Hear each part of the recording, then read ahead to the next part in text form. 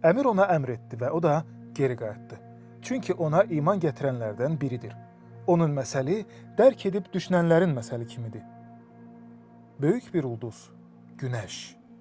Sistemimizdə bütün həyatın, istiliyin və enerjinin mənbəyi. Əgər o olmasaydı, nə insan, nə heyvan, nə də ki bitkilər olardı. O da Günəşdir. Heç ağlınıza gəlibmi ki, bir gün Günəş hansısa bir insan üçün geri qaytarılsın?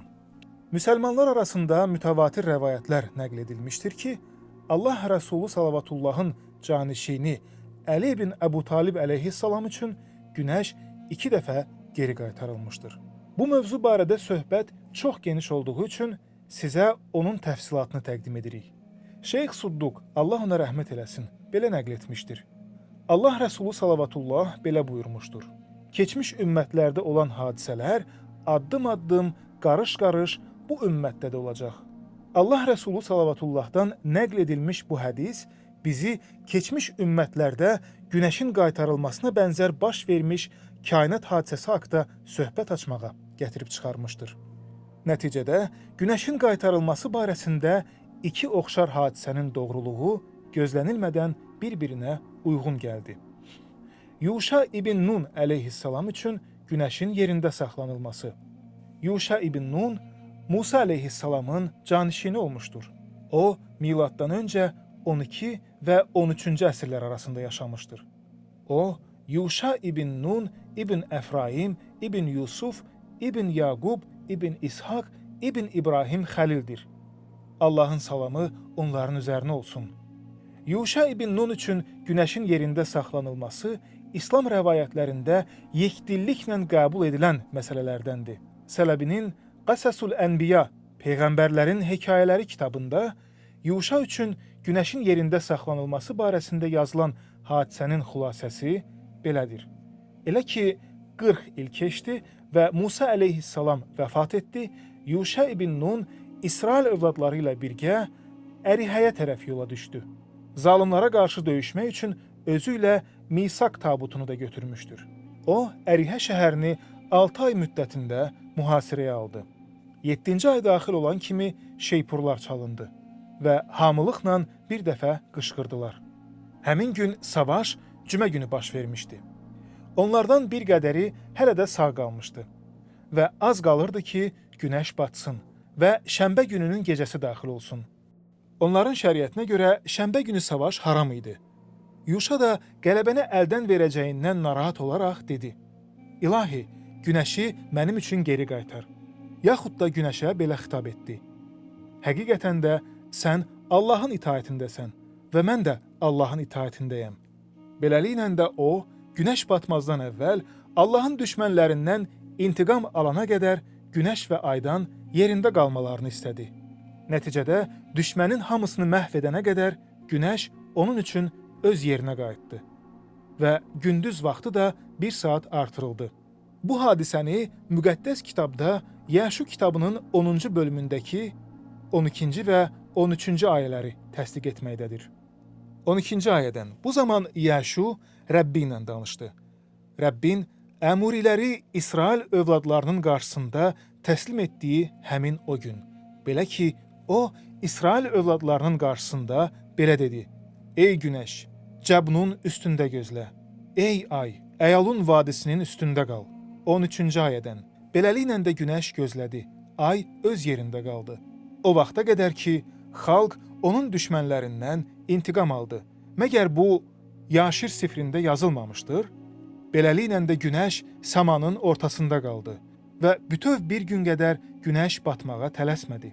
3400 ilə yaxın bir vaxt keçmişdir. Coğrafi baxımdan bir-birindən ayrı olan müxtəlif xalq və sivilizasiyalar belə bir qəribə hadisənin təqribən elə həmin vaxtda baş verdiyinin şahidi olmuş və öz yazılarında bunu qeyd etmişlər. Belə ki, Misirdə, Hindistanda və Çində gözlənilmədən uzun sürən bir gün barəsində danışmışlar.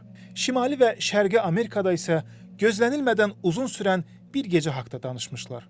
Tarixin atası ləqəbi ilə tanınan tarixçi Herodot öz yazılarında adi günlərdən daha uzun sürmüş, hətta 2 günə bərabər olmuş bir gün barəsində ona qədim əlyazmaları göstərmiş Misir kahinlərindən söhbət açmışdır. Həmçinin Çində də qədim bir əlyazmada Yivu adlı bir imperatorun hakimiyyəti zamanı uzun bir günün baş verməsindən söhbət açılmışdır. Çinlilərin əlyazmalarına görə Yivu Yuşa ibn Nunun zamanında hökmranlıq etmişdir. Şimal və Şərqi Amerikada isə gözlənilmədən baş vermiş uzun bir gecədən danışmışlar. Meksikadakı qədim sivilizasiyalarda belə qeyd edilmişdir ki, Mizu adlı sivilizasiyada yaşamış Nəhva Indiananın zamanındakı günlərdən birinin başlanğıcı çox uzun sürmüşdür və sanki gecə bitmək istəmirdi. Həmçinin buna oxşar hadisənin Meksikanın Aztek sivilizasiyasında da baş verdiyi qeyd edilmişdir. Rahib Bernardino di Sahagún əlyazmalarında belə demişdir. Amerikanın aborigen sakinləri böyük bir fəlakət haqqında belə söyləmişlər. Günəş azacıq işıq saçdıqdan sonra batdı. Ay isə yoxa çıxmadı. Bütün bunlarla yanaşı ən mühüm dəlil Yuşanın zamanında mismari hərflərlə yazılmış lövhədir ki, orada Amurilərin özləri tərəfindən sözləri yazılmışdır. Məyər bu həmin hadisənin həqiqətən də baş verdiyinə dəlil deyil? Müəyyən bir gecə və gündüzün digərlərindən fərqli olması barəsində söhbət açan bütün tarixi dəlillər, məsələn, Misirdə uzun bir gündüzün, Meksikada isə uzun bir gecənin olması bu məlumatın dəqiqliyini bir daha təsdiq edir. Belə ki, yer kürəsinin hərəkəti olduqca yavaşlamış, bu da bir gecə və bir gündüz vaxtlarının dəyişməsinə gətirib çıxarmışdır. Hər hansı bir planetin hərəkətinin yavaşlaması elmi baxımdan məqbuldurmu? Hazırda elmdə belə bir şeyin müəyyən bir vəziyyətə görə baş verməsinin mümkün olmadığını sübut edən heç bir dəlil yoxdur. Elə buna görə də müəyyən bir planetin hansısa bir hadisə nəticəsində hərəkətinin sürətinin azalması barəsində axtarış apardıq və gördük ki, bir xəbər tarixi elmi həqiqət barəsində söhbət açır. Belə ki, 1994-cü il 12 iyulda böyük bir asteroidin qalıqları ilə toqquşma nəticəsində Mars planetinin hərəkətinin sürəti azalmış, sonra isə əvvəlki vəziyyətinə geri dönmüşdür. NASA-nın təqdim etdiyi elmi dəlilə əsasən yer planetinin hərəkəti müəyyən bir səbəbə görə yavaşlaya bilər. Deməli, elmi baxımdan sübut olundu ki, hansısa bir planetin hərəkətinin yavaşlaması mümkündür. Belə isə həmin vaxtda yer kürəsinin hərəkətinin yavaşlamasına nə səbəb olmuşdur? Günəşin dövr etməsi nəticəsində maqnit dairəsi və çoxlu titrəyişlərə səbəb olan dalğalar meydana gəlir ki, bu səbəbdən də onun ətrafındakı planetlər hərəkət edir və gecə və gündüz meydana gəlir. Günəşin yavaş dövr etməsi yer kürəsinin də hərəkətinə təsir edir. Beləliklə də gecə və gündüzün vaxtlarında fərq baş verir. NASA-nın təqdim etdiyi elmi dəlilə əsasən yer planeti hər hansısa bir planet və ya böyük cisimlə toqquşduğu zaman onun hərəkəti yavaşlaya bilər. Deməli, NASA yer kürəsinin hər hansı bir möcüzə səbəbindən dayanmasının və ya hərəkətinin yavaşlamasının mümkün olmasına işarə edir. Biz müsəlmanlar buna etiqad edirik. Yəni, Yuşa ibn Nunun zamanında yer kürəsinin hərəkəti möcüzə səbəbindən yavaşlamışdır. Bununla da gecə və gündüzün davamiyyət vaxtlarında fərq yaranmışdır. Yer kürəsinin hərəkətinin yerdə və ya kainatda hər hansı bir fəlakətə səbəb olmadan dayanması elmi baxımdan qəbul edilirmi?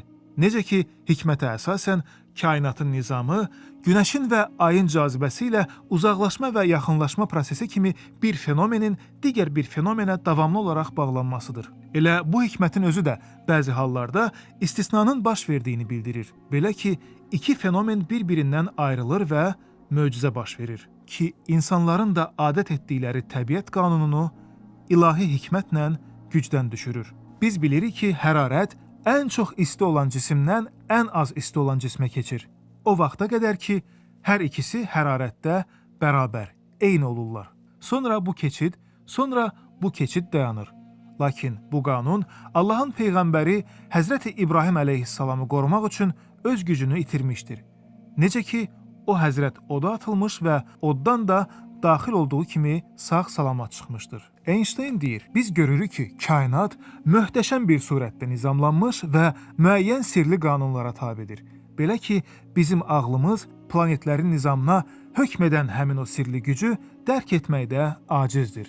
Günəş Allahın Peyğəmbəri Həzrəti Süleyman əleyhissalam üçün geri qaytarılmışdır. Belə ki, İmam Əli əleyhissalam buyurmuşdur. Günlərin birində Süleyman Peyğəmbər əleyhissalam atları gəzdirməklə məşğul idi. Çünki o, düşmənlərə qarşı cihada hazırlaşırdı. Lakin günəş batmağa yaxınlaşdığında, o, Allahın əmri ilə günəşə müvəkkil edilmiş mələklərə belə əmr etdi. Onu mənim üçün geri qaytarın. Günəş də geri qaytarıldı və o, əsr namazını vaxtında qıldı. Şeyx Muhammed Kənan deyir, Allah Taala Həzrəti Davud Peyğəmbər barəsində belə buyurmuşdur. Biz dağları ram etdik. Onlar hər səhər axşam onunla birlikdə Allahı pak sifətlərlə məth edirdilər. Həmçinin buyurmuşdur. Beləliklə biz küləyi ona ram etdik. Külək onun əmri ilə mülayimliklə onun istədiyi yerə gedirdi. Bəs o zaman nə üçün günəşin Əmir əl-Möminin əleyhissalam üçün geri qaytarılmasını belə israrla inkar edirik? Ki, o həzrət bütün yaradılmışların ağası olan Həzrəti Peyğəmbər salavatullahın canişinidir. Mən kimin mövlasıyamsa, bu Əli də onun mövlasıdır. Həqiqətən də bu sünnə, yəni hadisə, möminlərin əmiri Əli ibn Əbu Talib əleyhissalam üçün də cərəyan etmişdir. Belə ki, Allah Taala onun üçün günəşi 2 dəfə geri qaytarmışdır. Bir dəfə Peyğəmbər salavatullahın zamanında, bir dəfə də o həzrətin vəfatından sonra. Allahın ona və ailəsinə salam olsun. Şeyx Muhammed Kənan deyir, günəşin geri qaytarılması hədisini ümmətdən 13 nəfər səhabə nəql etmişdir. Bunlar İmam Əli əleyhissalam, İmam Hüseyn əleyhissalam, Əsma bint Umeys, Cabir ibn Abdullah əl-Ənsari, Əbu Səid əl-Xidri, Əbu Hüreyra, Əbu Zər Qəffari, Salman Farisi, Ənəs ibn Malik, Ummu Hani, Ümmü Sələmə, Əbduxeyr və Həzrəti Peyğəmbərin xidmətçisi Əbu Rafidir. Günəşin geri qaytarılması hədisi Şiə məzhəbində Cabir və Əbu Səid əl-Xidri belə nəql etmişlər ki, günlərin birində Cəbrail əleyhissalam Allah tərəfindən münacat etmək üçün Allah Rəsulü salavatullaha nazil oldu. Elə ki, vəhy onu özündən apardı, başını möminlərin əmiri Əli əleyhissalamın dizinin üstünə qoydu və günəş batana qədər başını qaldırmadı. Əli də əsr namazını ima edərək qıldı. Peyğəmbər salavatullah oyandıqda ona belə buyurdu. Allahdan günəşi sənin üçün geri qaytarmasını istə ki, əsr namazını ayaq üstə qılasan. O həzrət də dua etdi. Günəş geri qaytarıldı və əsr namazını ayaq üstə qıldı. Günəşin İmam Əli əleyhissalamın xilafət zamanı geri qaytarılması. Şeyx Muhammed Kənan deyir, Yanabiül Məvəddə kitabının müəllifi Əl-Mənaqib kitabından Hüseyn ibn Əli əleyhissalamın belə buyurduğunu nəql etmişdir. Atam Nəhrəvan döyüşündən qayıdarkən Babil torpaqlarından keçdi. Əsr namazının vaxtı yetişdikdə o belə buyurdu. Bu yer xəsf edilmiş, yəni yerin altına batılmış bir yerdir. Allah Taala bu yerdə namaz qılmağı qadağan etmişdir. Odur ki, Peyğəmbərin canişininin bu yerdə namaz qılması doğru deyildir. Cüveyri ibn Musahhər əl-Əbdi belə demişdir. Cəmaat namazını orada qıldı və mən 100 atlı ilə birgə Əmir əl-Mömininin ardınca getdim. Biz Babil torpaqlarını qət etdikdən sonra günəş batdı. O, atından enib mənə su gətir, deyə buyurdu. Mən ona su gətirdim, o da mənə belə buyurdu. Ey Cüveyri, əsr namazı üçün azan ver. Günəş batdığı halda o əsr namazını necə qılacaq? Sonra mən azan verdim və o mənə belə buyurdu. İqaməni oxu. Mən də iqaməni oxudum. Elə iqaməni oxuyurdum ki, onun dodaqları tərpəndi və günəş geri qayıtdı. Biz də onun arxasında namaz qıldıq. Namazı bitirdikdən sonra günəş sürətlə batmağa doğru hərəkət etdi. Sanki o, su təştinə düşməklə sönən bir çıraq idi. Müəyyən bir zaman çərçivəsində günəşin batdıqdan sonra geri qaytarılması və ya adəti üzrə hərəkətindən saxlanılması hadisəsi bir-birindən uzaq olan müxtəlif zamanlarda və müxtəlif səbəblərə görə baş vermişdir. Bu həqiqət İmam Əli əleyhissalam üçün məqamının yüksəldilməsi, o həzrət üçün möcüzə və kəramət kimi yazılmışdır. Yəni, kainat haqqın isbat edilməsinə daxil edilir. O, bütün varlığını tam yəqinliklə Həzrəti Əlinin istəyinə qurban verdi. Çünki Əmir əl-Möminin ona əmr etmişdir və o da iman gətirənlərdən idi.